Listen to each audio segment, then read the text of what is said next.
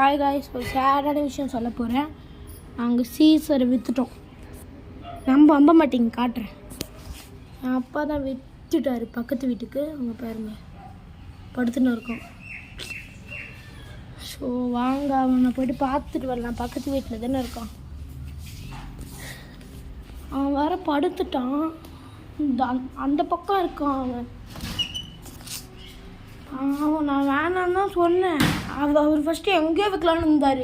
அதுக்கப்புறம் வேணாம் சொல்லிட்டு இங்கே கொண்டு வந்துட்டோம். நம்பிட்டீங்களா?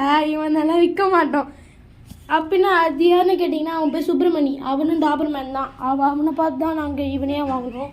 வாங்க அவனை போய் காட்டுறேன். இப்போது அவன் வேறு படுத்துட்டான். என்ன ஆச்சுன்னு தெரில. நம்பிட்டீங்களா? சீச்சரையாவது விற்கிறது. சுப்பிரமணி ஏஞ்சிக்கிட்டான்.